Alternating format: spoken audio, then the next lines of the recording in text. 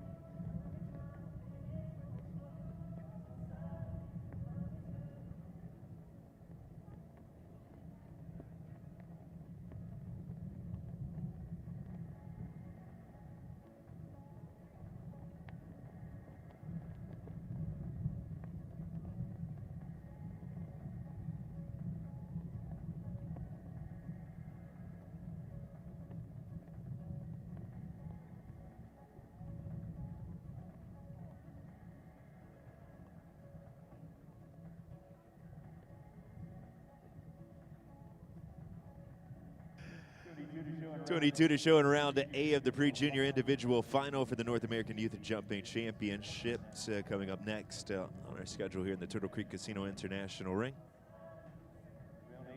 Round A of the final, we'll see 22 over fences, and then top 15 coming back for round B of the final.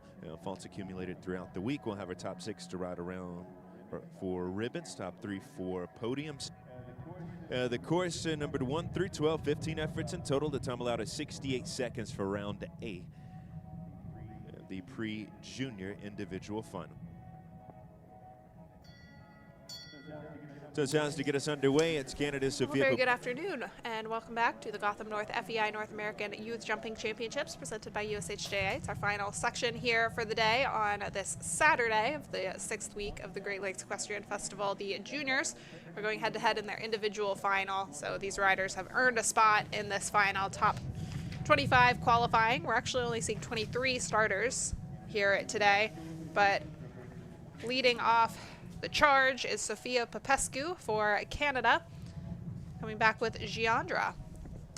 And Nick Granite has been setting courses here all week, and it's been a tall order. He's had to reset these courses quite a few times here, and each one of them has had to provide significant challenges. And Allie Wolf alongside me. Allie, what have you thought so far of the courses, both this one and kind of up to this point? Yeah, he's definitely had to set a lot of quick course changes, especially coming off that jump off for silver in the previous round. This course you just saw the same line appearing in the children's as well. That 6 to the 1 to that steady 5 with the Liverpool underneath it. We actually start off a little bit different this time. It's a little bit of an interesting approach, harder approach to get to number 1. You have to slip through a gap. And then it's a left-hand turn through a very spooky corner, up in the 7 strides to a steady 4. And then rolling back just to that line that I just mentioned. He also kept that 4-stride line into that 6 to the pinstripe Oxer, and then you just saw her go right down that triple combination, still the same, and then he extended it to a 7 strides to that brown Oxer to finish. Well, it's clear over the fences there, but 68 seconds time allowed, so she exceeds that by about 4 seconds. Just 4 time faults to add for that rider. Yeah, it's nice that it's kind of been a pattern that we've been seeing a few of the elements continue to show up through the course of a day. You know, so far we've seen a couple of these lines jumped in the later rounds for the children's, and as well as the triple combination showed up earlier today in their first round. So these riders have had a chance to kind of see how some of these jumps have been jumped, how some of the lines have played out. Of course, things are different when the fence height grows, which these fence heights maximum of 1.30 m, so not all that much bigger than what we just saw, but certainly might change the. Yeah, and it's also interesting to keep watching that line or those similar lines throughout the day, figuring out kind of, you know, does the height change it at all, and we'll kind of be a testament to that, see if that has any of those fences come down in 6AB, was the same as their 4AB. It seemed to have no issues in the previous round, a light rub just on B. Other than that, though, we've seen a little bit of that Starry Night Oxer issue. We've seen a little issue come from this brown Oxer here. And has that skinny come down? We're watching Taylor Wood right now, fellow Canadian with New York's Joy. Canada had a great day yesterday in the young rider section. They took the gold medal for the first time in many years. So it was a big day for the Canadian team here in Traverse City. So that one, well within the time allowed there, but just the 4 to add. Yeah, and again, that time allowed of 68, a little bit shorter than the previous round, but again, a little bit of a different track as well, especially setting off in those first 4 or 5 fences, differing slightly. He still kept the same triple combination. Didn't really pose much of an issue in the class previous. So again, we'll see, you know, if it causes any more issues as the height goes up. And then he just extended what was a very short 6 strides to that brown natural colored Oxer out to make it now a short 7 strides. On to Valentina Lehner. Cookie dough is the ride. I think she's still searching for a clear round. Hopefully having a day off will make this horse feel a little fresh. Come out and jump clear. And again, you know, the kids that were qualified for this individual final, they did have to jog their horses for soundness yesterday evening. So all of these horses did pass a second jog inspection. And it's just the top 15 that will make it into a second round of jumping here today to determine overall medals. It's very tight up at the top. We have 3 riders under 1 penalty. But then there's a few riders under 4. So only time will tell. A lot could change as we get closer to the end of this starting order. And we just saw that Starry Night Oxer come into play again, just getting a little bit deep underneath that and having that front rail. Quite deep into that one stride. Gets out though. And a steady 7 coming home. So a 4-fault round there for Valentina, Lehner, and Cookie Dough. So 4 seems to be the most popular score here so far. So nothing terrible happening out there. And in fact, one of those 4s was just time faults. So telling a little bit of a different story there. Yeah, so this course is definitely jumpable. Always have to be a little bit aware of that time allowed, as we saw. But definitely a very jumpable course. You know, very, very minor mistakes that these riders are having. But again, it could have been a different story if this is the first or second round. But this, in fact, is their 4th round for, I guess, all of them, because we did not see any jump-offs for any teams. Now with this newer calculation, this is different from the children's, where children's just brought faults equaling their points.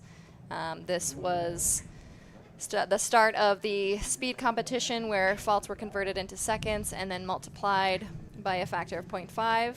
And then it was the difference of that winner's time versus your time.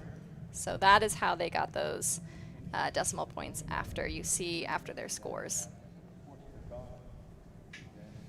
Suzette Tittle up next, coming off a silver medal finish on team day. She rides Bull Run's Valor. And again, it's a little bit of an awkward approach to fence 1. You can either go a quick right rollback, which she just did inside of that Tulip Oxer, or you can kind of slither through the gap. So that's already a little bit of a test that Nick puts forth to fence 1.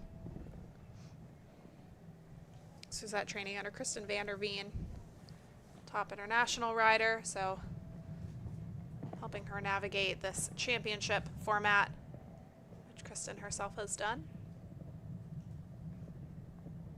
Very steady 5 there, and same thing, just gets a little bit under that Oxer, under that front rail, and has it down. Light touch on that brown Oxer. Nice 4 strides. I think she just moved up in the 5 strides.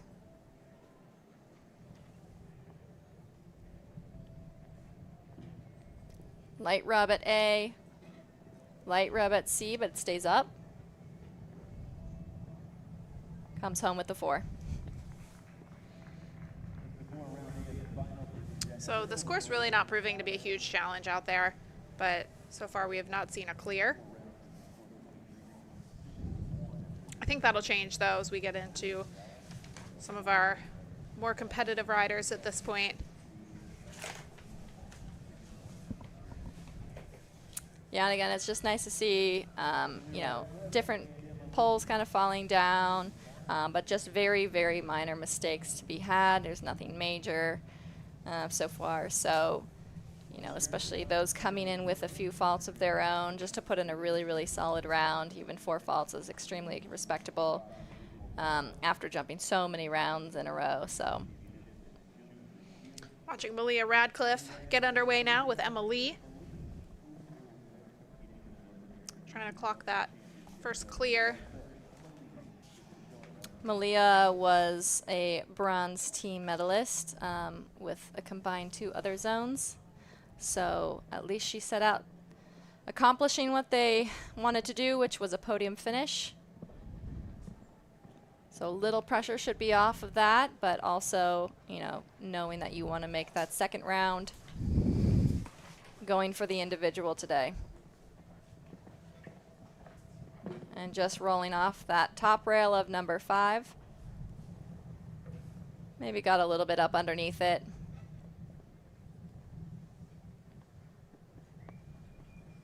We've seen this oxer coming up pose a little bit of an issue in the children's. So far, it hasn't seemed to cause much of an issue here. And I think he changed up the striding just a little bit, or at least the angle of that pinstripe red oxer.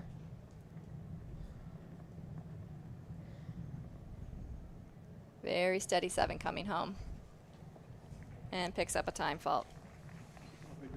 So, not a bad score by any means, but it is the highest we've seen.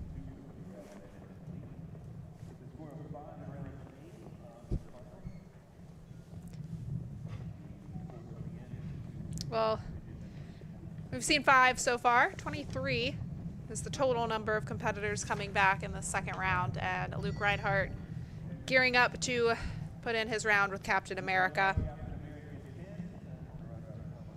Luke had a really good day on day 1 and followed that up with a couple rails down in the team competition. So sitting kind of middle of the pack right now.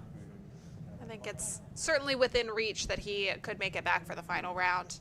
So out to put in a clear round and make his chances even greater at that. Yeah, and just following his teammate there, following Malia, they both were bronze medalists with those combined zones. So again, another amazing achievement, and now just riding for himself.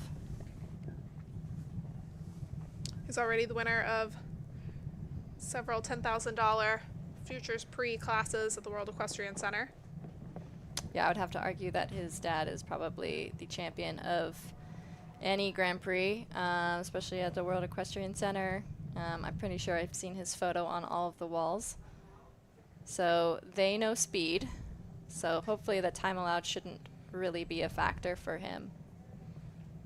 And he and his dad both competed in the USHJA championships here earlier this summer. His dad was the gold medalist in the platinum jumpers with the young horse, and I think both of them know the value of consistency, having done that championship and having done well at that championship.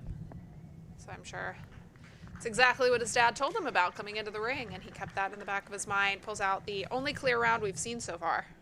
Yeah, that was very, very nicely ridden. Very well done. You know, he really helped out the horse, guiding it around, giving it exactly the position and placement of where it should be taking off and landing. That was expertly ridden. So well done there. It's quite an accomplishment to finish off strong in that way, and he by no means is finished. The clear round might bring him back into round 2 of this individual final. Again, time will tell. He's coming back 7th in an order of 23. Yeah, again, and he's put in the best effort that he can, and now he just kind of has to sit back and wait and just watch the other competitors. We've seen a lot of crazy things happen, so you know, he should be expecting to maybe sneak into that second round.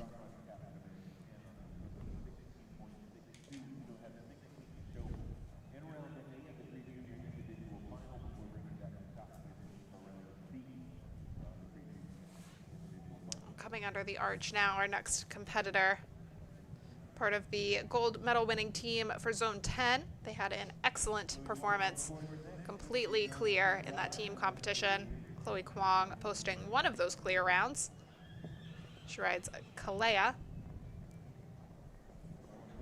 Sitting a little bit higher than the rest of her teammates, still not out of contention yet. But Zone 10's riders currently hold the top 2 spots, as well as, I believe, the 6th spot. So it could be a Zone 10 win today for one of these individuals. Chloe Kwong leading that charge.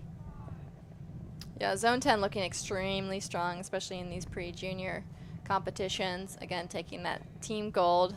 So again, that is such a great achievement. Now just really fighting for their own hopeful individual podium placings. It's a long way to travel from their home state of California to these North American Youth Championships, but it's a big event on the calendar year long. Zone 10 actually has their own qualifying trials Just one of a few ways that you can qualify for North American Youth Championships. I believe Chloe qualified on money 1 with this horse. Just a light rub on that back rail of that brown oxer. Continues in the 6 strides up into the red oxer and just needs to just think about continuing just a little bit for that time allowed.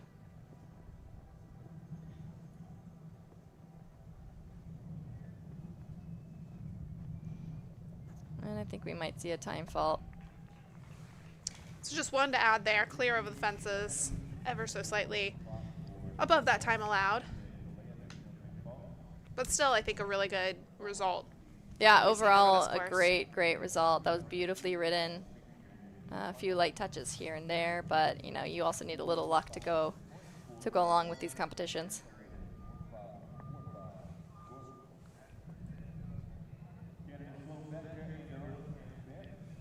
Going back to Canada for our next rider, Sloan Betker rides Ken Bear.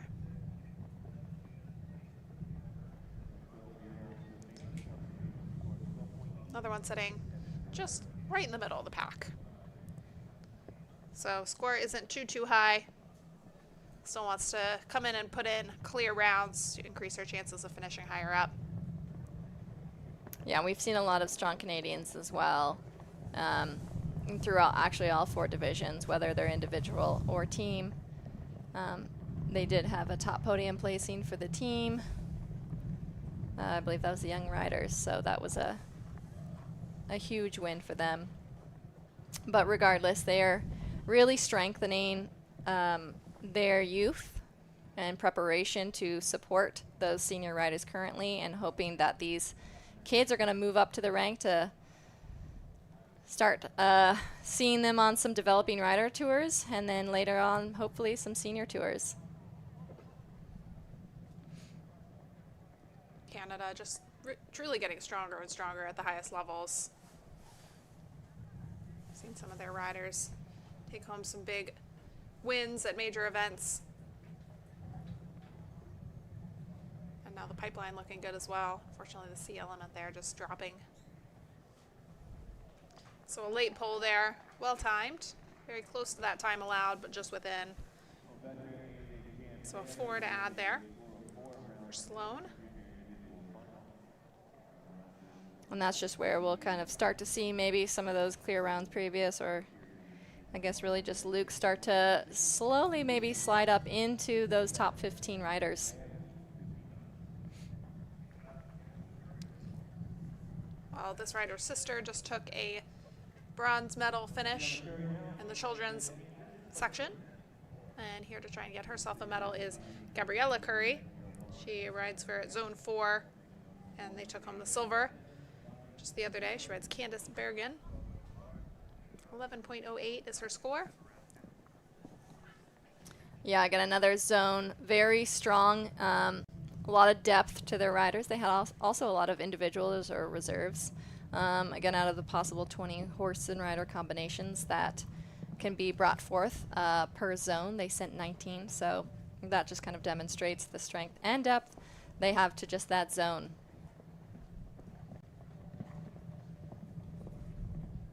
Rides forward in the 6, bounces in the 1. We know this is a very steady 5 and gets that done.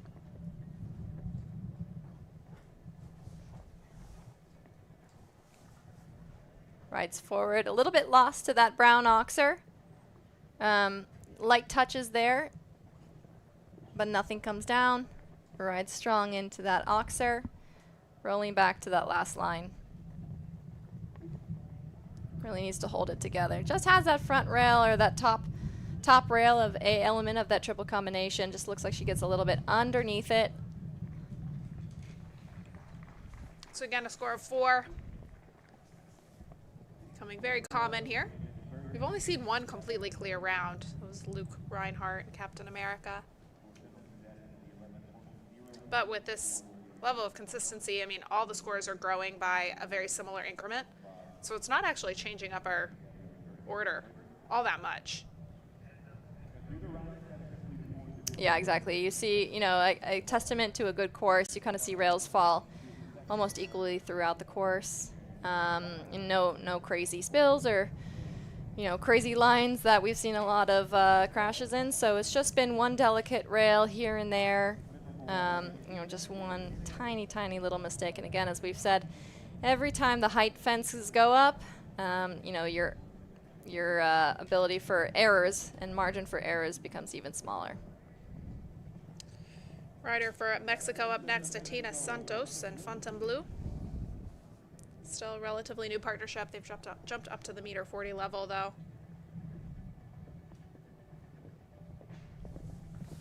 And the youngest rider to ever participate in the Longines Global Champions Tour in Mexico City. She was just 11 years old and jumped 2 clear rounds then.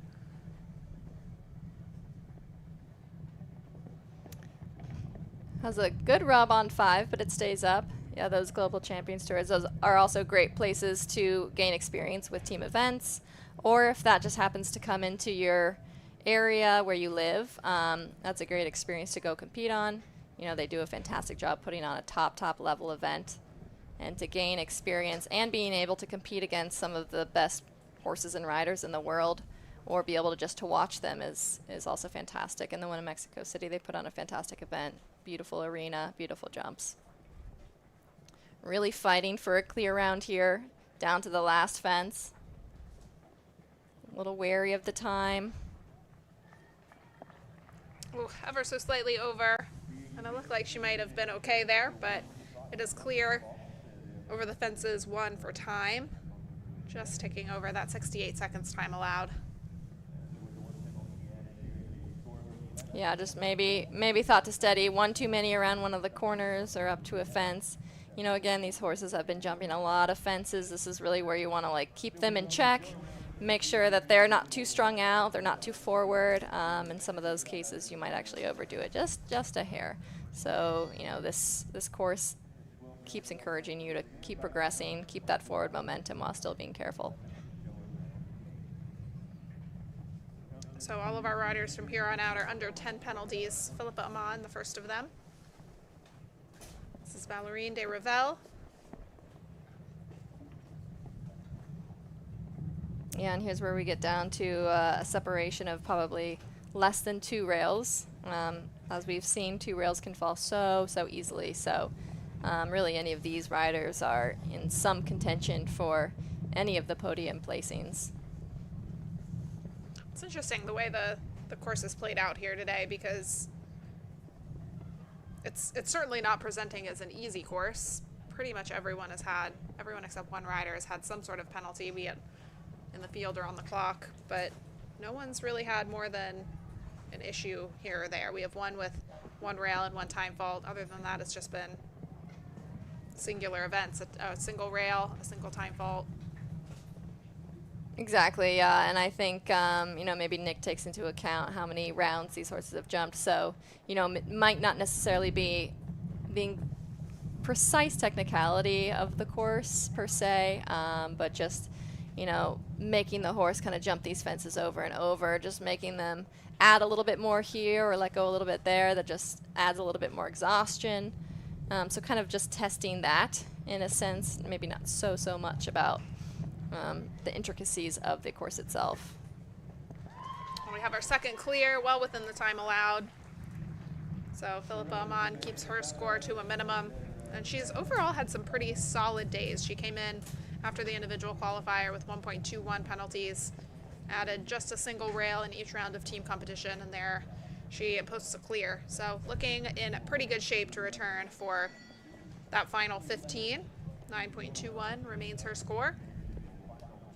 Yeah, I think she's definitely going to be returning, and to not add anything to her score today, that's a fantastic result. Again, that consistency plays over and over again, and especially if you can kind of improve upon your score day to day, that's a more fantastic result. Sydney Levy up next for Jamaica, Ortega de Fer. A clear and a 4 in team action.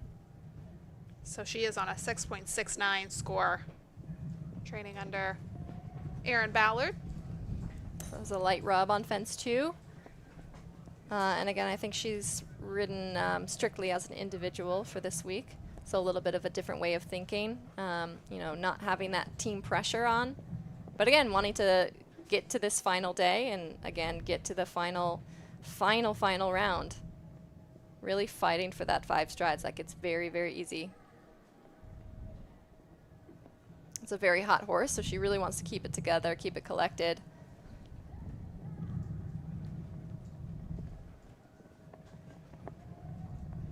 Balances nicely for that oxer. It's very hard to see oxer with the pinstripes horizontally. It's very challenging for the horses to focus. Just take C. That's part of, you know, having the triple combination come so late in the course. You have to really keep your horses focused through there, and it's the end of a long course at the end of a long weekend. So yeah, exactly. The horses see they're coming for home. It's the last line. It's coming, you know, it's very delicate vertical coming in and as well as coming out with a stretch across the middle. You know, it's, again, like you said, at the end of the course there for a reason. The horses are tired. Now they have to put in extra efforts all in a row. It's just a lot to ask.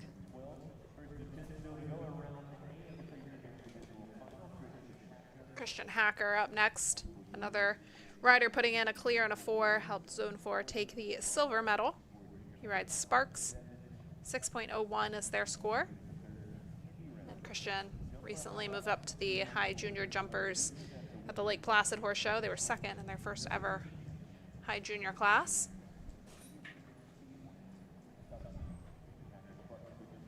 You know, I was expecting maybe 2 to cause a little bit more issue, just the placement of it. It's a little bit hard to see, a little spooky corner.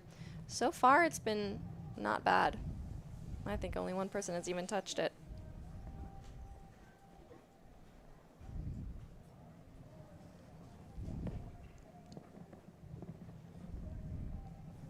Arches down the 6 to the 1. Same with the 6 AB. We haven't really seen many an issue. Gets that short 5 done. Keeps a nice pace rolling back to that brown oxer. They're all seeming to kind of find it a little bit easier than the children. Balance, then a ride up to the next oxer, thinking a little bit about that time allowed, and then he needs to kind of slow it all down.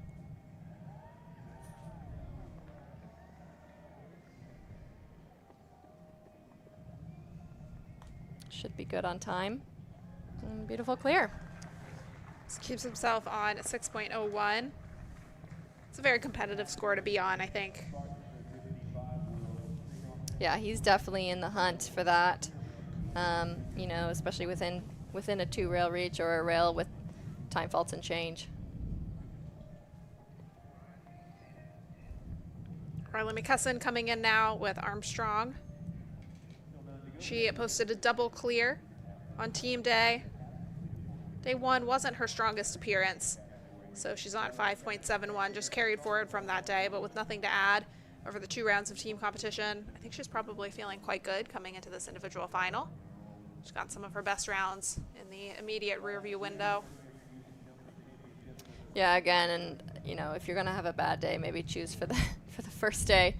That's, you know, where the points count a little bit less. You know, you still carry that forward, but to have a double clear ride in a team competition, that's a great achievement.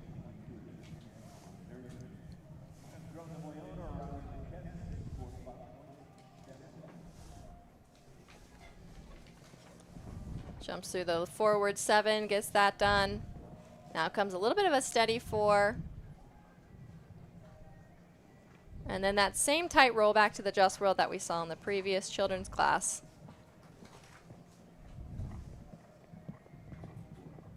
Rides down into the 6. Oh, and has the back rail. I think that's the first time we've actually seen a rail come down for that double combination. Maybe just doesn't get quite up to 6A, or maybe the horse just kind of stares down and doesn't cover across.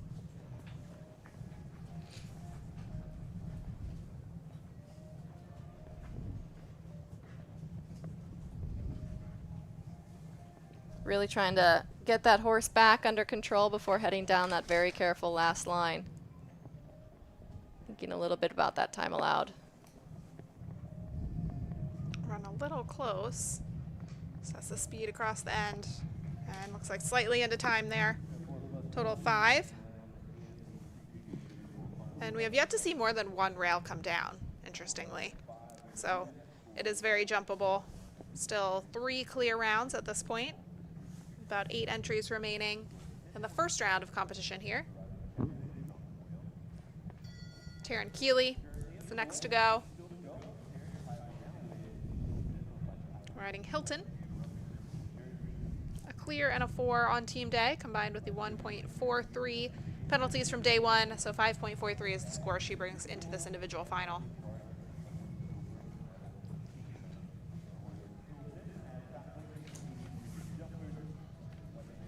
Yeah, and again, within a rail and change from that top competitor so far, and that keeps her strongly in the hunt. As she can put forward one of those clear rounds, she definitely will be a strong contender for a podium.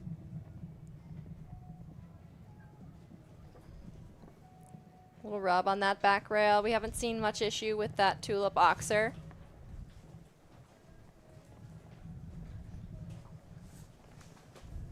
A little bit snug to the Just World. Gets over that. Has to march down to the 6.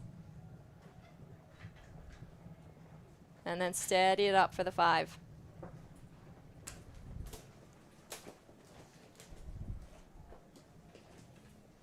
Taryn was on the silver medal winning team at NAYC in 2022, I believe in the children's section. But now competing in the medium junior jumpers. Balances nicely through that triple combination. Goes to steady. Gets over the last. Nice clear. Beautiful clear.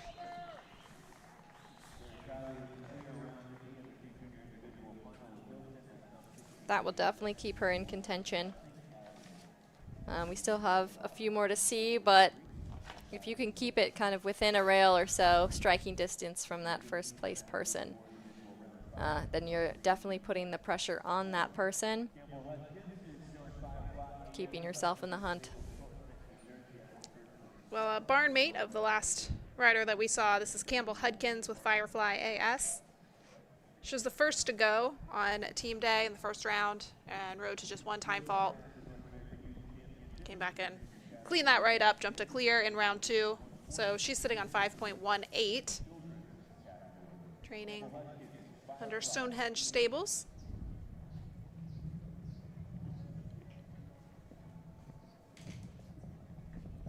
Yeah, now she's sitting a little bit less than 4 faults in contention from that first place person. So just all little things to think about in the back of their heads. Of course, they want to not think about that as they're going around the ring, but it's kind of hard not to. You are riding for what hopes to be a medal. Gets the 5 done. Now has to think a little bit about that time allowed. It has been a little bit of a factor in this course.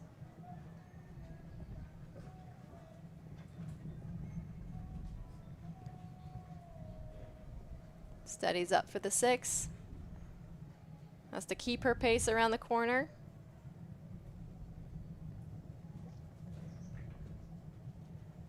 Jumps beautifully through the triple. Takes her time to the last. Really nice clear there. So both the girls from Stonehenge, 2 in a row, clear rounds. Leaving just our top 6 still remaining. And interestingly, our top 5 all posted double clear efforts on a team day. So quite an impressive lineup of riders still to come. Gold medal winning Juna Lauder up next for zone 10. Clear and a 4 on a team day, combined with just 0.96 penalties from day 1. So she sits on 4.96. On New Star Vanda Berghova for Roaring Fork Farms.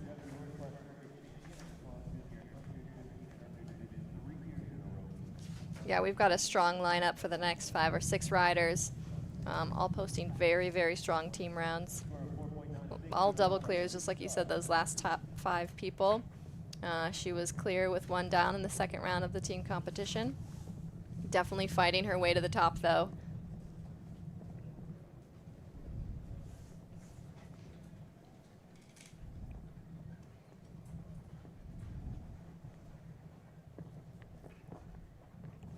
Catching a nice one to the just world.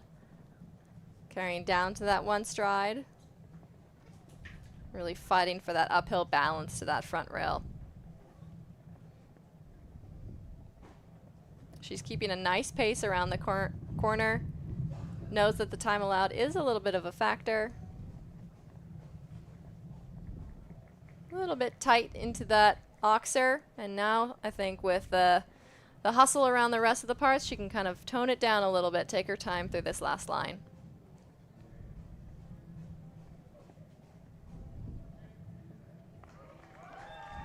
A beautiful clear. So secures her spot in that individual final round B. She's looking in great position there. Yeah, big cheering section that we can hear from the top. So final Canadian rider, Olivia Martin with a karate. Double clear on team day combined with 3.76 from day one. So remains on that 3.76. Less than a rail separates her from the leader, Lauren Franston.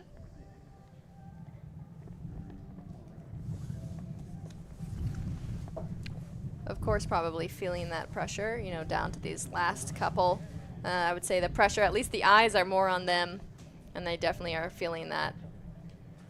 They want to maintain that lead or those spots leading up to that second round and have everybody else chase them.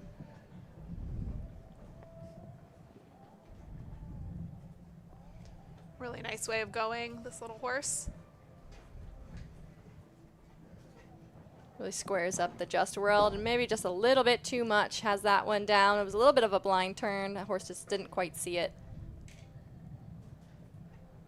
And that will affect her results. Still going forward into that second round if she can hold on to the 4 faults.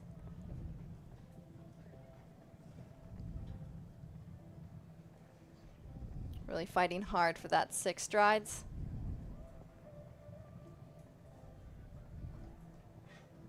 Trying to get the horse back for that triple combination.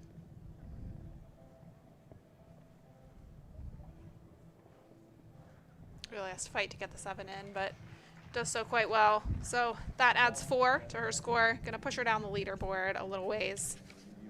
So not quite as high up as she came into this competition, but still in a pretty safe position. I think gonna make it back into that second round. And now that we're starting to see a few more clear rounds in this competition, you will start to see some people sliding a little bit more in positions, favorable or less favorable. But we will see a little bit of change up.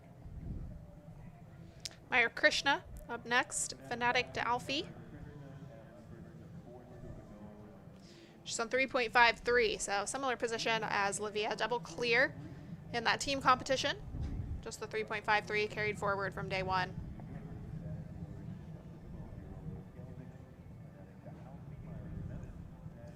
Yeah, so this is a great score to come into this day with. Let's see if she can carry that forward. I believe she gets help from David O'Brien, so David doing some of the Grand Prix. I think he is competing in the 2-star here, winning the class yesterday, so giving good tutelage.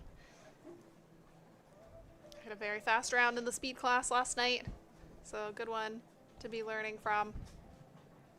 Yes, so in theory she should not be having time faults. But she kept a very tidy turn back to that brown oxer and has now the ability to kind of take her time through this last line. Well, nicely done there.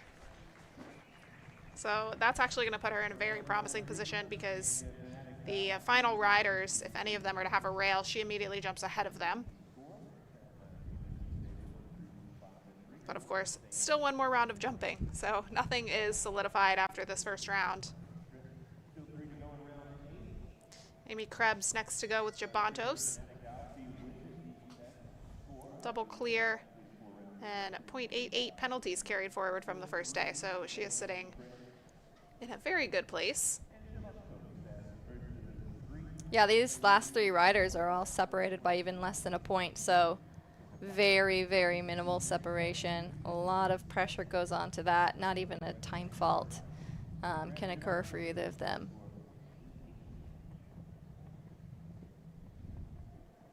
I believe she competed this horse last year in the children's when it was just 8. And it's lightened up quite a bit. You can tell the horse has matured, both physically and, you know, matured in terms of the way it jumps around. Yeah, we've seen a lot of relatively young horses, you know, 9 years old, still being very relatively young, especially for a team event, an event with a lot of competition over multiple days. Sometimes those young horses aren't quite used to jumping so many rounds, mentally and physically. But this one definitely does not seem to bother him.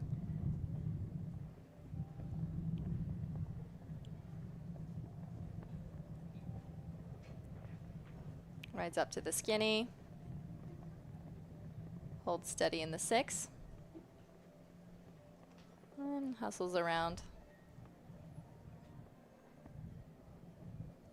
It'll be interesting to see if time is a factor here. Probably going to have to keep on moving. She's Oh. going very close. Oh, on the back rail, or the front rail rather, comes down on that last jump. So 4 to add there. She did just make it inside that time allowed. So nothing on top of the 4. That's the first time we've actually seen that one come down. Last fence from home, you want to run through the timers, especially if you think you're getting tight on that time. We just need to give that front rail a little bit more respect. And again, it is a very short 7 strides. Well, the final 2 riders are sitting on very low scores, and they're both from Zone 10. They were helping Zone 10 get that very impressive score of, I think, just 1 and change penalties from that team competition. Yeah, 3 of their teammates being within the top 6, so that's incredibly impressive. Scarlet Wallace and Samurai looking to protect the 2nd place position they currently have.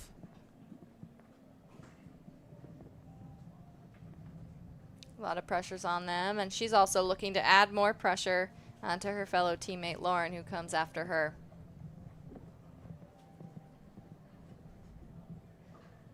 I think there's got to be a little bit of fun in sharing the top spots with your teammates at least. Probably a little less of a super competitive situation there, as they can really be happy for one another, whoever ends up taking the top spot. Gets quite deep to the brown oxer. The horse gets out of the way. Very athletic. A little bit the same, a little deep to that red oxer. Bit of a big shot there into the triple, but the horse balances so nicely. Very steady 7 coming home. And time not a factor there, so keeps the clear. 0.59 is the score that she's going to carry forward into that final team final, or individual final rather.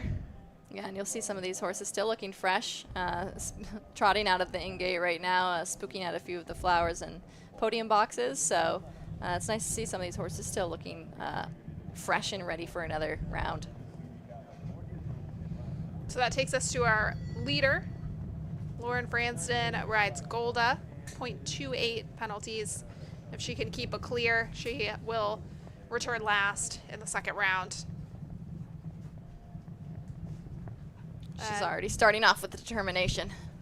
She really is. I think these Zone 10 riders coming in here at the top are all very determined. They have a little something to prove. They were the only Zone 10 team to make it on a podium in team action, and they pretty convincingly topped that podium. Fights to get a little straight to the just world, but gets it done. Really giving this horse some encouragement all the way around.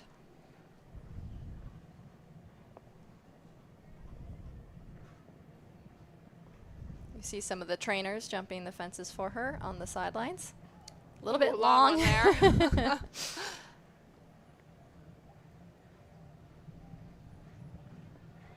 Gets away with a light rub on A.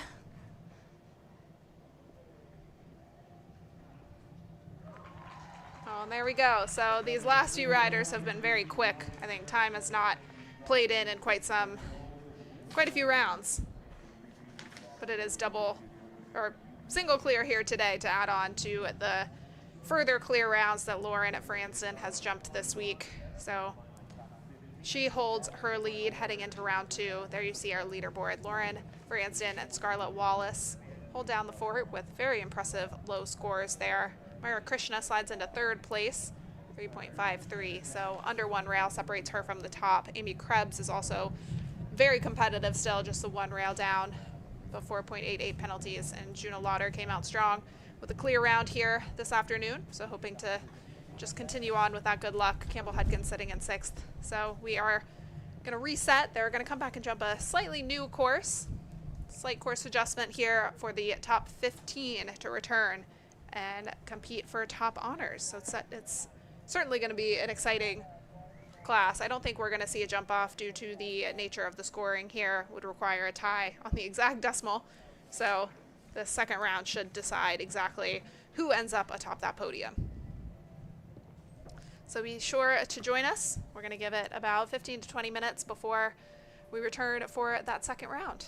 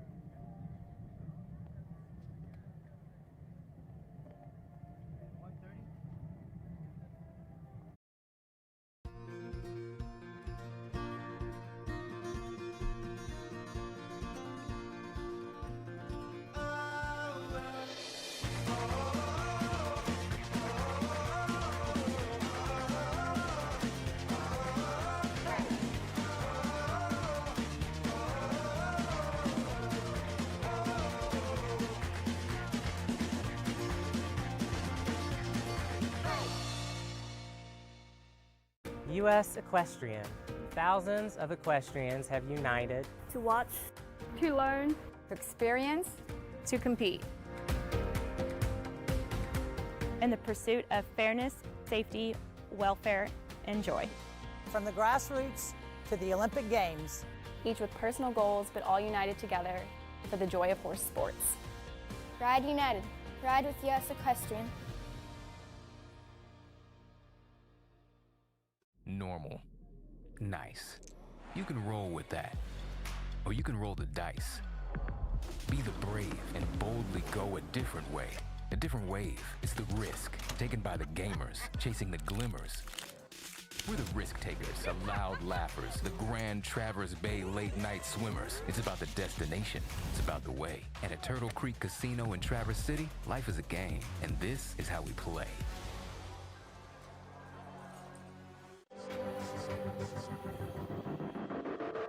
With NetJets, travel will always be personal. We do everything it takes to make every flight exceptional. Every single detail of your experience is personalized, just for you. As our standard is not just to meet our definition of perfection, it's to exceed yours.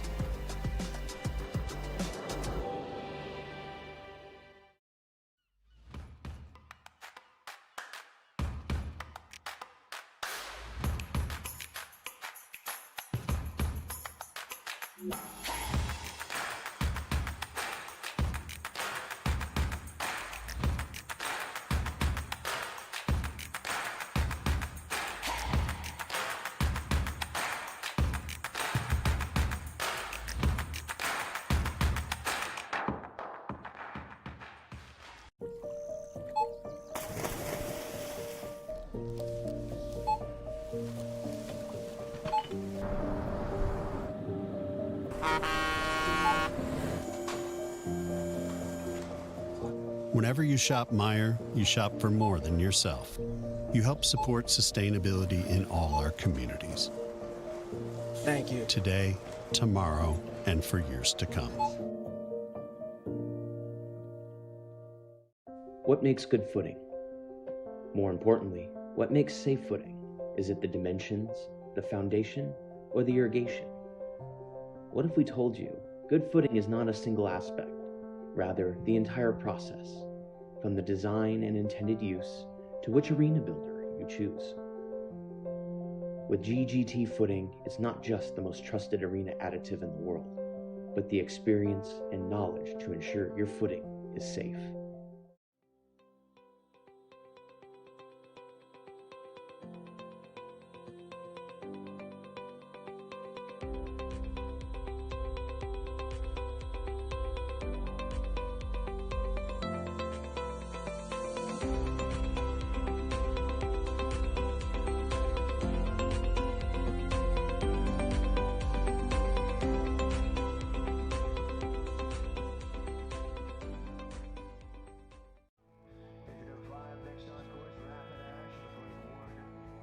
FEI really takes a different approach to product development and to the materials that we use in our products.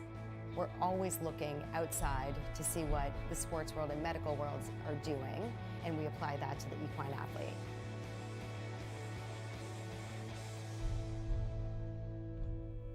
We love horses, so that's just what really fuels us to do what we do.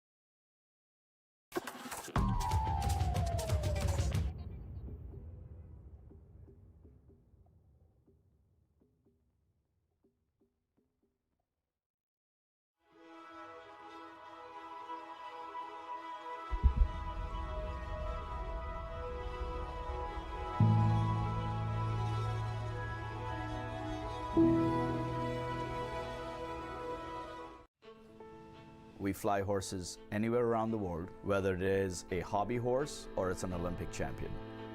It's about getting an animal from point A to point B safely, in best of health, and in the quickest possible of time. We understand the business better than anybody else. We do not leave any stone unturned, and we are staffed by horse people from every layer of the company.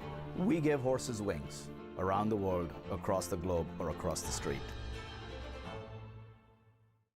As a third-generation insurance agency owner, I don't underestimate the responsibility that we have in protecting our clients. At Fitzpatrick Insurance, it's all about the relationships. The stronger the relationship we have with our clients, the better we can anticipate their needs. As an independent insurance agency, we partner with top-rated carriers such as Auto Owners Insurance. This allows us to craft a comprehensive solution tailored to each client. If you're looking to go out, go up, to get up and go. Whatever you're looking for, you and anyone you bring with you will find it all and more at the Grand Traverse Resort and Spa.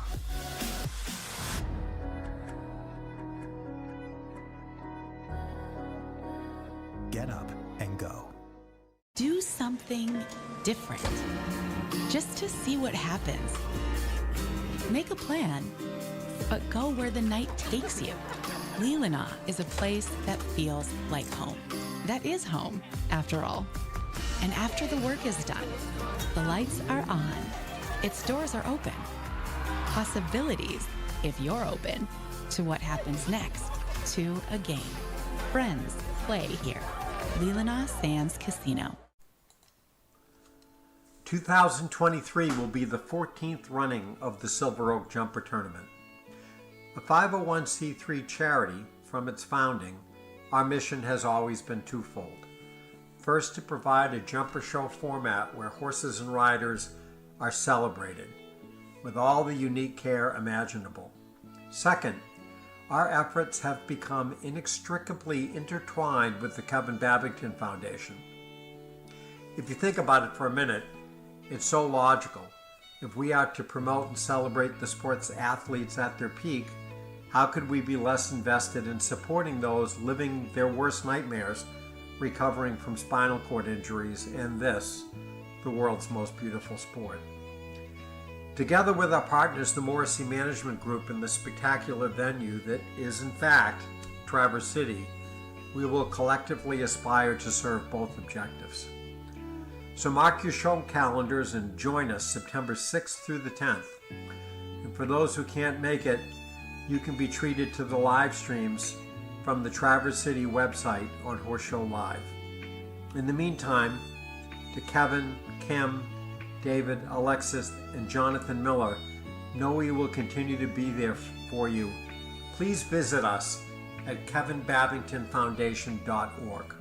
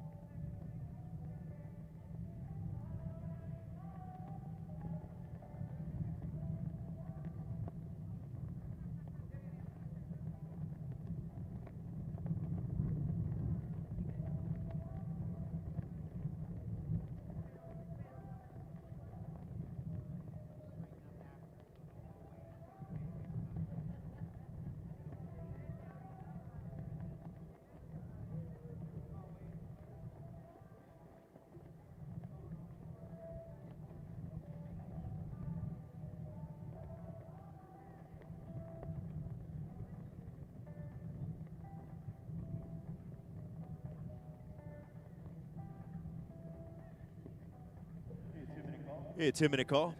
10 minutes for the first on course in round B.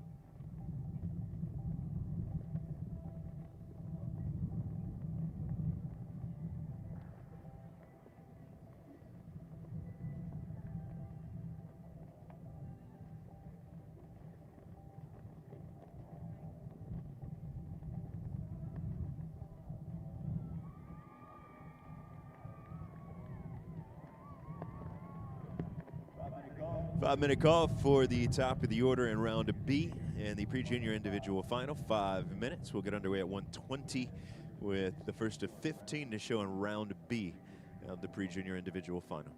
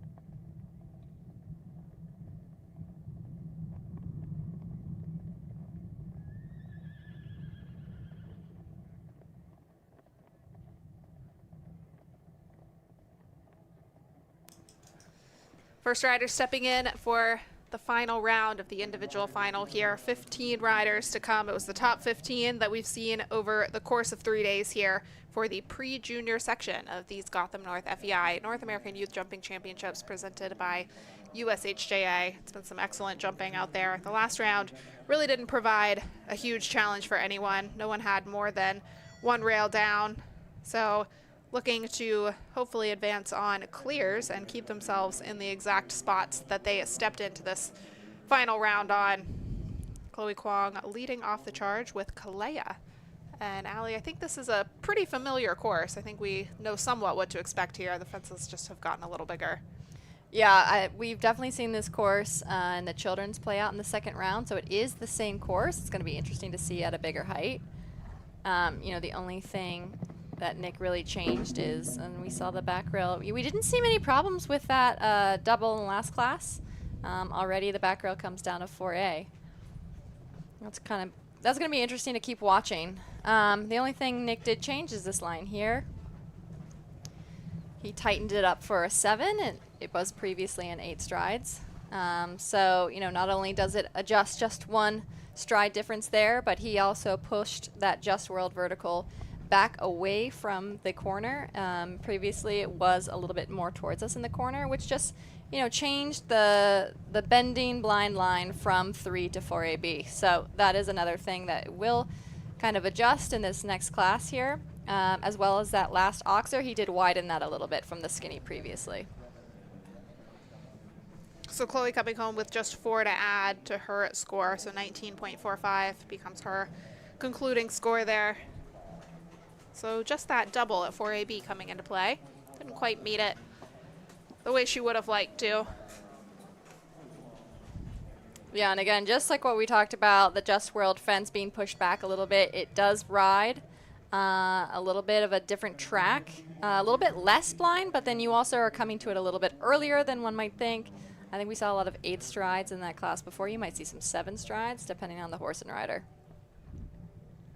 Gabriella Curry next to go. She had 1 rail down in the first round of competition. 15.08 is the score that she and Candice Bergen are returning on. Again, we see that same first fence going straight into the corner. Didn't really see any issues with that in the last class, nor with that second fence. Big move up in the 6. Here we see the 7 strides bending to that 1. And a curving 6.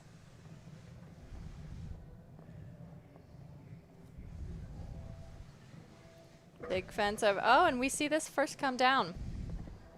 Back rail of that oxer just comes down. I think she was just a little bit off the distance. Looks like this horse just is looking down at some of the fences, still a little bit spooky.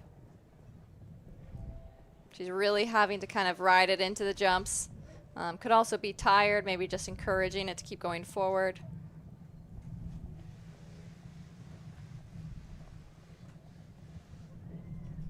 Big jump at the last.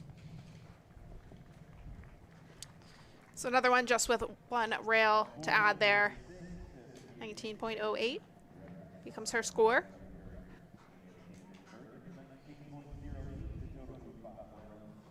So working our way in reverse order here. Top 15 riders, and the best of the bunch are going to be at the very end. We have 2 that sit on under 1 penalty. So Lauren Franston and Scarlett Wallace are going to be the last 2. But anything really could happen there. There's a few riders within a rail of that leading position. And again, from the previous round, we're still working with that time allowed of 63 seconds. So we did see in the previous round it not being such an issue, you know, unless you really had to steady up or balance to a lot of places. But it looked like majority of the riders kind of kept that pace along. You know, like we said, it kind of all came up very fast in the beginning, all connected. And then by the end, there were very long gallops to oxers and fences. That's where you just really kept that time allowed in mind.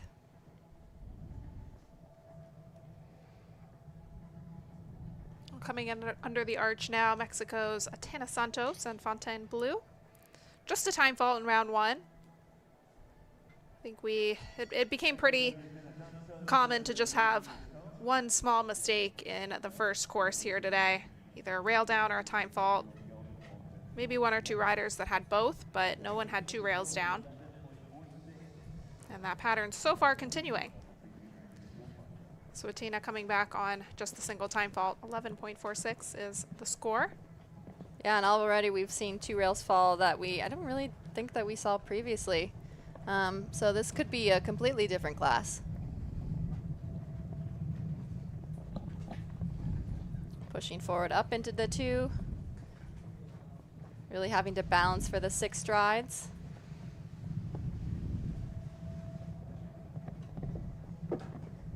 Yeah, that is an interesting line they put in there. It's almost a complete right angle, but kind of ridden like a related distance. Only 7 strides there so far for most of these pairs. Yeah, and I saw, everybody walking that distance. Again, previously the Just World fence was a little bit in the way, making it usually, I think most of the children did hang out and did the 8, and that was kind of the comfortable distance. So it's just a little bit of a change up. It kind of keeps you coming more on that forward 7 strides, and a long gallop here down to that brown oxer that hasn't really proven an issue. Rolling back on that last oxer, which was their first fence, just in reverse. So there we have our first clear. Nothing to add there for Athena and Fontainebleau.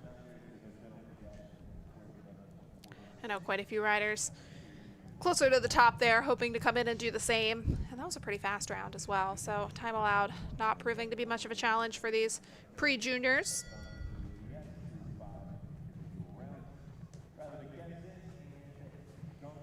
And Riley McKesson posted a double clear on team day. She comes in on a score of 10.71 with Armstrong Day at Moyon for Sigma Stables. Yeah, another one that just comes in with, okay, a rail and a time fault, but, thinking about that time allowed as the previous rider came with that time fault as well, really made up for that. So I think she's really looking to kind of hustle a little bit around some of those corners, not make that mistake again. Really marches down the 6.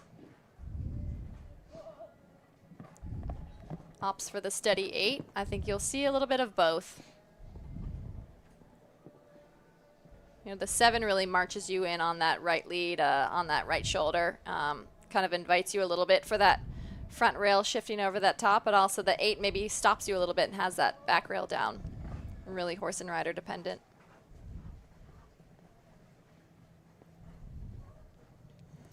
Adds a nice balance to that. We haven't actually seen any issues with that fence at all today.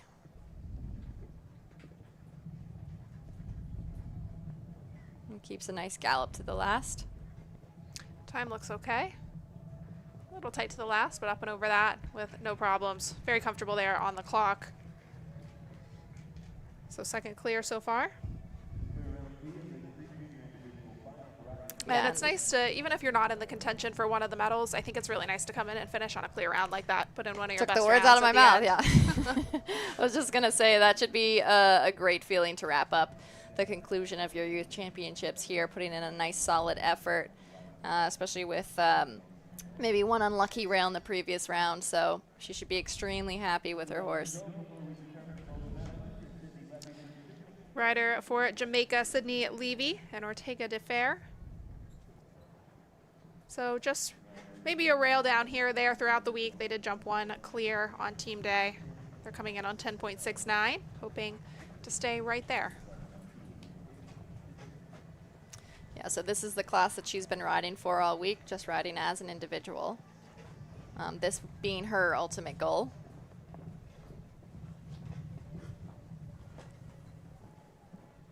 Coming in on the 7, getting it done. Balancing the 6 and keeping the pace around.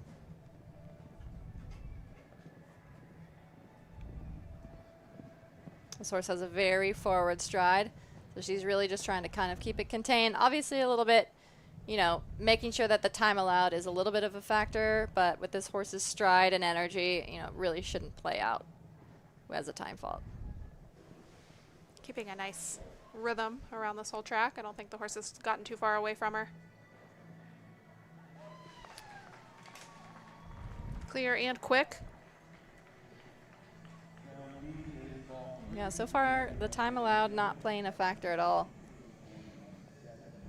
So with 3 clears in a row, I think this course is proving to play out a bit similarly as it did in the children's. And we'll see how that continues to evolve as we get into our leaderboard. I think we are getting into our top 10 now. So all of these riders hoping to walk away with a top 10 finish. First of them, Philippa Amon with Ballerine de Revel for Caroline Mowini.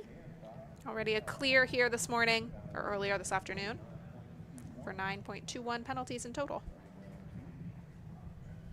Yeah, it's a bit of a different feeling. You know, the Nations Cup, you jump 2 rounds in a row over the same course. You know, today it's 2 different courses, so it is a little bit of a different feeling. Harder or easier, dependent on how you feel about that. I would almost argue it's a little bit easier to jump a second round over a different course, just because you don't get comfortable thinking that you're going to expect something that might be unexpected. So, you know, they're going in fresh, having to really fight for this. You know, this last day always kind of proves mental toughness as well. With all that pressure, it might not necessarily be the technicality of the course itself that gets you, but maybe the stress and the nerves. Really has to steady for that 7. This horse has a little bit of a small stride, but so forward it'll march down any of the lines.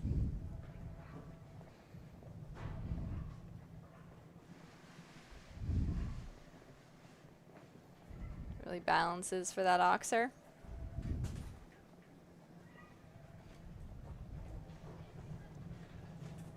Ooh, big one at the last, but clears it.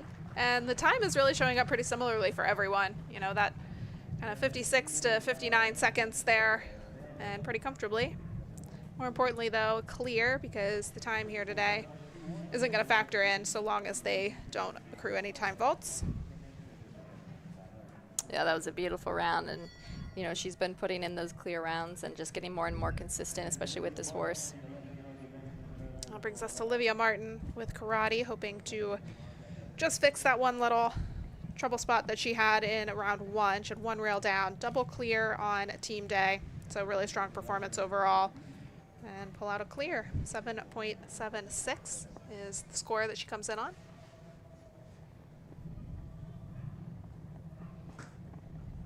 Pops over number 2, still never proving really much of an issue, nor 3. Decides to continue in the 7. This horse seems to jump really nicely off of a bit of a gap. Yeah, and I think maybe she opted for the 7 knowing that. And just having that in the back of her head, if she can kind of keep giving it a little bit of room. That was a little deep, but got away with that one. I think this horse kind of jumps nicely from everywhere, Yep. actually. This has a beautiful style, beautiful technique for the horse.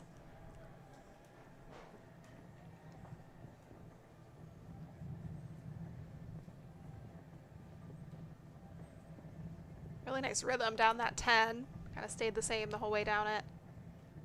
Yeah, got a little forward, a little bit across that oxer, pulled it back together for the last.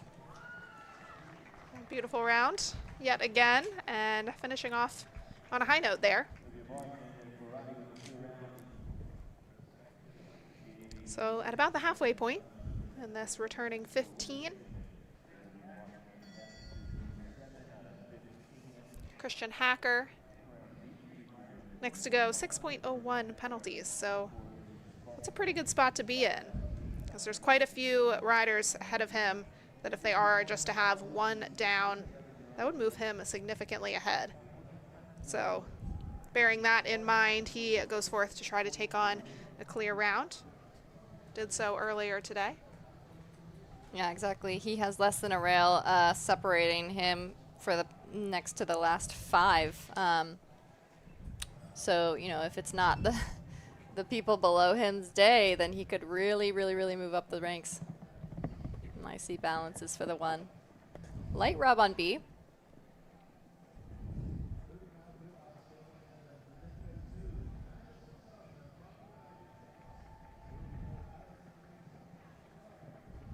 They're all seemingly jumping this line quite well. In the children's, we saw the Just World fence come down just a little bit. We did see the back rail of the oxer previous to that, just once, but looks like they've got it all figured out. Same with this fence. No issues there.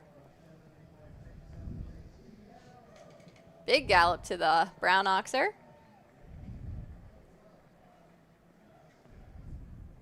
Pulls it together for the last. Ooh, got away with a hard rub on the last back rail of that last oxer. So that brings us to 6 clears in a row. We saw 2 right out of the gate on the 4. And then it's been nothing but smooth sailing ever since. And we'll see if we can keep up this momentum. In that case, there really wouldn't be any change up on the leaderboard.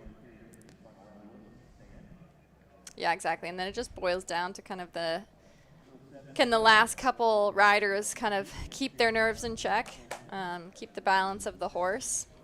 And these are still delicate fences, but obviously knowing that they can jump it.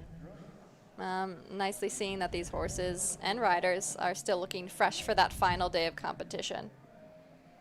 Tegan Keeley revving up to head to the first jump aboard Hilton. And 5.43 is her score. Her last 2 rounds out have been clears. So hopefully feeding off of that confidence building that she put out there both earlier today and 2 days ago. Gets a big jump at A. Fights to balance the 6. And really hustles it around to the next oxer. Ooh, a little bit deep, but the horse gets out of the way.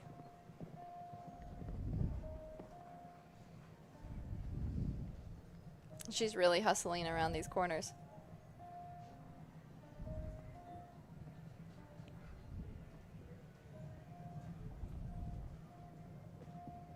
Takes a last minute bounce to the brown oxer, headed to the last. Ooh, a little sticky off the ground there, but covered the distance. A little bit of encouragement from her trainers up on the hill, Maximaya and TJ O'Mara. So that's 3 clears in a row there for Taryn. She had the 1 in the first round of team competition, 1 down. So that was a really solid performance for her over 5 rounds of jumping. 5.43 is her finishing score.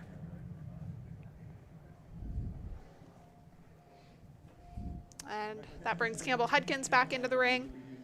5.18, so ever so slightly ahead. And like Taryn, she has jumped the last 2 rounds clear. She was clear over the fences in round 1 of team competition, just 1 on the clock. Yeah, time fault's not seeming to be an issue in this class. I'm sure they've gotten some coaching about that, just making sure that they do keep that pace around some of those corners, but otherwise don't really have to hustle. Taking her time, rolling back to 2. Really giving a big effort.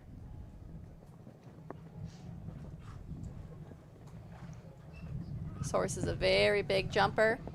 Really gets up high over those fences, so she just has to really make sure that it's going forward and across as well.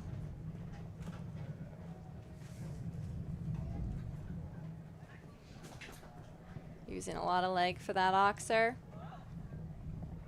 Saying whoa to the vertical.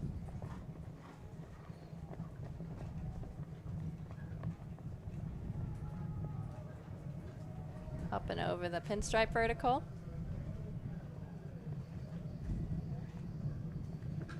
Oh, that's the first time we've seen the back rail come down. It just maybe looked like the horse cut down a little bit. I thought the distance was quite okay and had the back rail of the last fence as well. That's unfortunate there. I think maybe sign of the horse getting a little tired after that many rounds of jumping. Yeah, that was a little bit unfortunate and a little bit unusual. Definitely covering the other oxers as well. Maybe she took a little leg off, assuming that coming home towards home, he would carry her more across that oxer.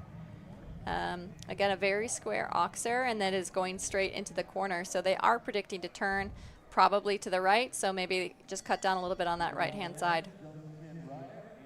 So there we have our current leaderboard, but we still have our top 5 still to jump. So I think we'll see a shake-up there for sure. First of those 5 is Juno Lauder for Roaring Fork Farms aboard a new star, Vanda Berghova. It's a bit of a confidence boost with the clear round here earlier today, and 4.96 is the score. Yeah, had a very solid first round here. You know, now gets to see a few new fences. Really riding forward in that 6. Really pushing up for the 7.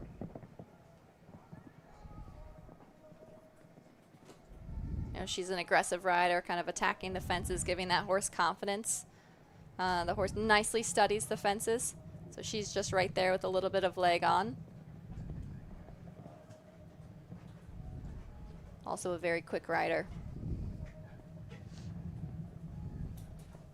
Fights to balance for that vertical, gets over. And fights to balance for that add to the oxer. Heading home for the last. Yeah, she added up in a couple of spots there, but carries such a naturally forward momentum that still a very quick time, actually. So finishes off her time here with a clear, and I think sitting in a kind of interesting spot because there are several riders ahead of her that if they are to have a rail, they'll drop behind her. And I think thinking of the ever so slight possibility of ending up on the podium. Yeah, she has a slight chance if some of the others happen to maybe just catch a rail, even a time fault. But again, we haven't really seen time being a factor so much. Well, it's been a very good outing for the vast majority of these riders in this final. I think it just is a testament to these horses and riders' strength, being able to come out and put their best forward in a 5th round of jumping over a span of just 3 days.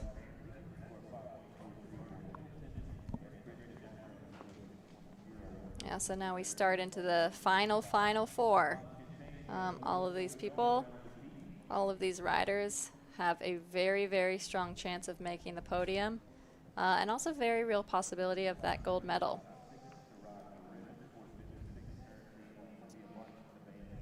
So just making some last-minute adjustments out there.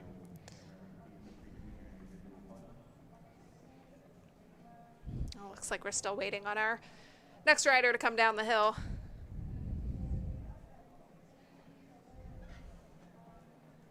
Well, maybe just opting to move ahead there. Myra Krishna, Fanatic de Alfie.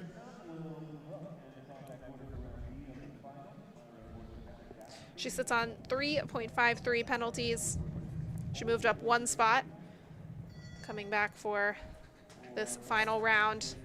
And she's had very consistent placings. She took a double clear in the team competition, as well as a clear earlier today. So coming in on a very promising, actually all 3 of our final riders coming in, having not dropped a rail in the last 3 rounds. So again, ultimate consistency is what's going to get you on top of that podium, and I think these 3 riders at this point have really shown that.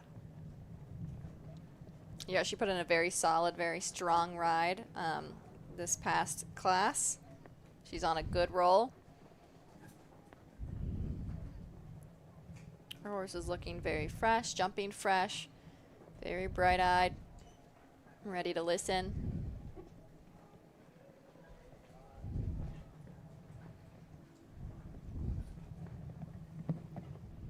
Making light work of the 6 to the bending 7. And bending 6. She has a very good use of her seat, really helping the horse's shape and balance. Finding that a little tight. You know, there's a jump in the way. They can't really have too many steps of straightness there. But so far, most of them keeping it up. Yeah, and again, we've seen really no difficulties with this vertical. Just getting that deeper distance, getting that shape back to the final fence.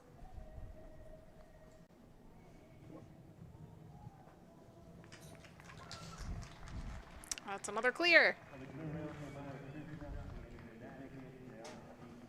So she keeps that 4th place position. Technically takes over the lead at this point, but with 3 still to go, the worst possible place she can end up is 4th. But she'll be anxiously awaiting to see if she earns a spot on the podium. It's actually going back 1 spot in the order. This is Amy Krebs with Jabantos. And she comes in on a 4.88.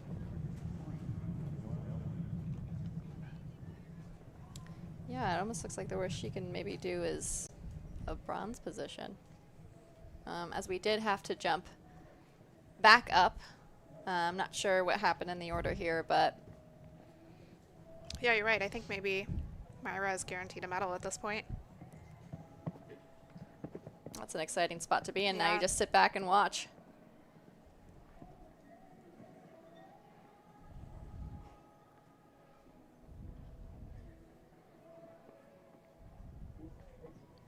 We'll ride up to the Oxer. Really steadying here. And again, since the course designer pushed the Just World back from the corner, Just World not really being such an issue as it did in the children's. In the children's class, a few of them started cutting left a little early, having that down. Not seeming to be an issue here. And she's able to take her time to the last. Little kick out there at the end, and it's a clear there for Amy Krebs. So 3 clears, actually I believe 4 clears in total there for her throughout the span of the week. Just 1 rail down, so really impressive finish there. So there we have Myra Krishna sitting in the lead, Amy Krebs in second, and 2 more riders left. And they have a little bit to spare here. 1 rail would put Myra Krishna ahead of the next rider, Scarlett Wallace. But she would still take the second spot. Of course, she is wanting to stay clear, though, because she's just within shouting distance of that gold medal position. Yeah, and she knows that Lauren is right behind her, right on her tails. And fellow teammates already took home a gold medal in team action, so they're not going home empty-handed regardless.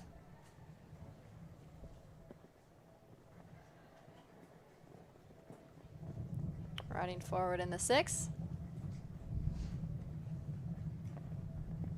Opting for the bending 8. Ah, has B. So one of those things that a rider surely would wish to be able to do over. So you can point to pretty much exactly why the rail came down. Samira moves up.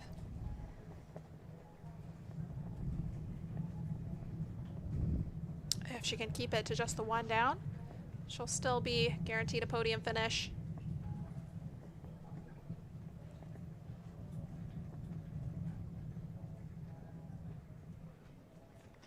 Which she does, so just the 4. 4.59 keeps her in second place right now. So Myra guaranteed the silver at this point. And it all depends on what Lauren Franston has to say about it. Lauren coming down the hill now as our final rider in this pre-junior individual competition. Yep, so it all comes down to Lauren. She sits on a very impressive 0.28 penalties. And she can have a rail to still stay possibly in that podium position, I believe.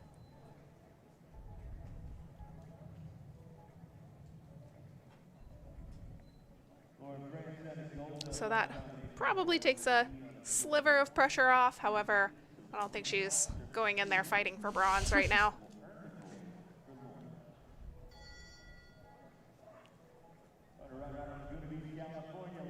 So far hasn't touched a single rail all week. That is extremely impressive. Yeah, we're coming in with just 0.28. Probably meant she was at first through third, or second or third in the first competition. So really, really right up there the entire way around. A little tight in. Gonna have to move up to cover the 6, which she does nicely. Really fighting to move in on that 7.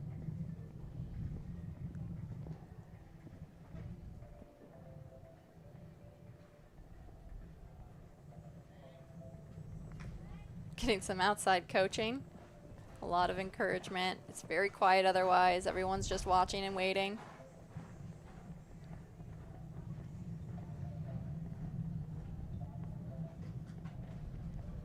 down to the final two.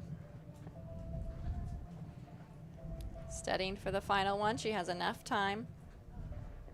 She even has plenty of space for time faults, but I don't think that's going to be an issue. She does and it. She clears the last. She gets herself the gold medal there. 0.28 penalties, quite convincingly, as well as the silver medal finisher, Myra Krishna, finishes on 3.53. So quite a margin there between first and second, but the margin is less important than the fact that she actually just got the job done.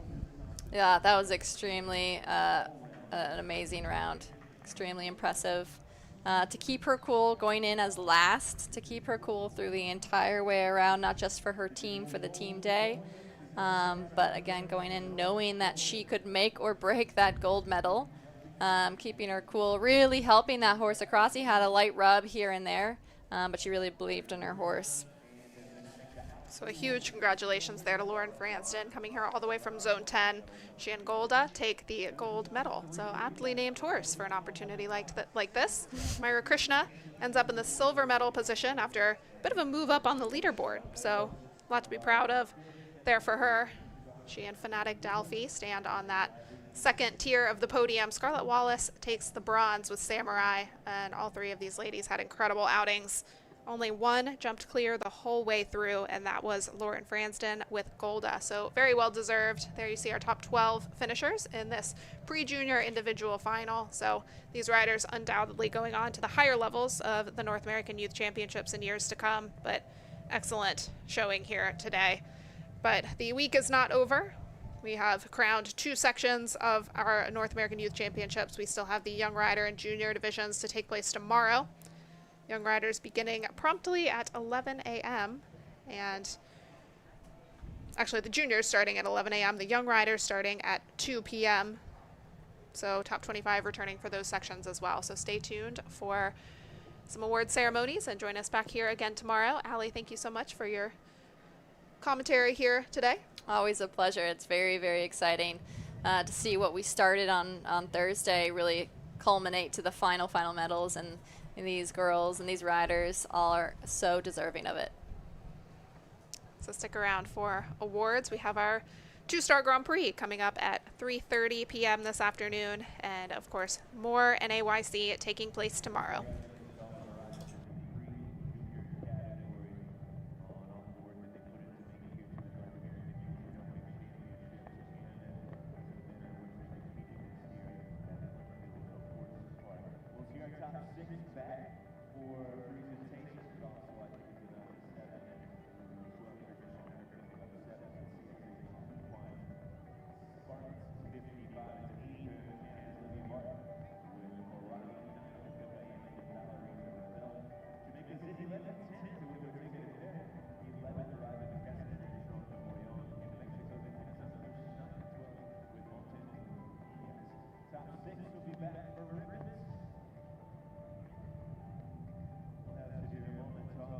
Tov, Deputy Chair of FEI Regional Group 3, on hand for the presentation to our top 6, as well as Elena Kutanai, our President of the jury this week.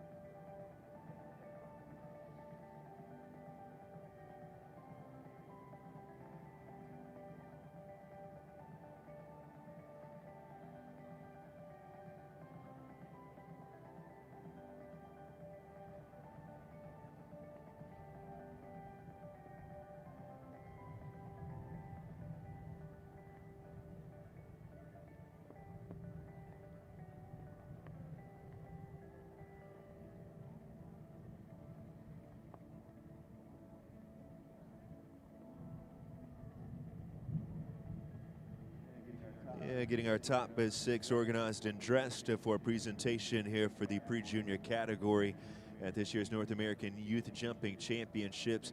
I'd like to thank some of our sponsors for the North American Youth Championships, USDF, as well as the USHJA, USET, Hodges Badge, Mexico Equestrian Federation, and Gotham North, the title sponsor for the Youth Jumping Championships. 6 through 4 coming in now. 6th award going to Taryn Kiley with Hilton, owned by Kiley Equestrian, Rumson, New Jersey. 5th award to Juna Lauder and a New Star Vandenberg Hoover, owned by Roaring Fork Farms. And 4th place honors to Amy Krebs of Franklin, Tennessee, with her own Javantos. For our medalists, the bronze medal going to Scarlett Wallace and Samurai, owner rider out of Royal Oaks, California. The silver medal going to Myra Krishna with Fanatic D'Alfie, owned by Dracaris Sport Horses, LLC. The gold going to Lauren Franson of Laguna Beach, California, with her own Golda.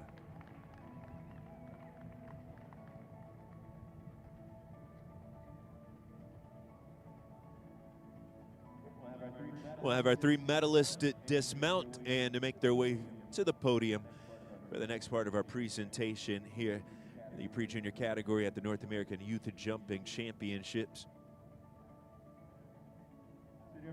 Sudhir Mamatab, Deputy Chair of FEI Regional Group 3, on hand for the presentation to our medalists, as well as Elena Kutanay, President of the jury this week.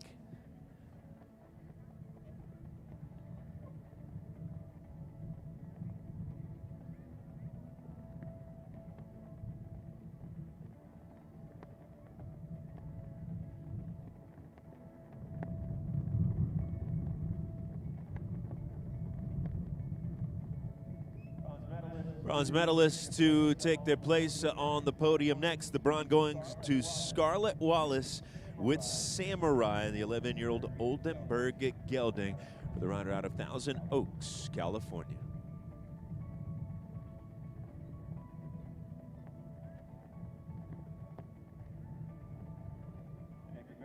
And congratulations again to Scarlett, taking the bronze in the pre-junior category at this year's North American Youth Jumping Championships. As silver medalists now, Myra Krishna and Fanatic D'Alfie taking the silver in the pre-junior category. Dracaris Sport Horses entry this combination through 5 individual rounds on a score of 3.53. And fault-free throughout the week. It's gold for Lauren Franson and the 9-year-old mare Golda, right out of Laguna Beach, California, representing Zone 10 at the North American Youth Jumping Championships this week with just the .28 score through 5 individual rounds at this year's North American Youth Jumping Championships. Congratulations again to Lauren Franson, the gold with Golda for the pre-junior category.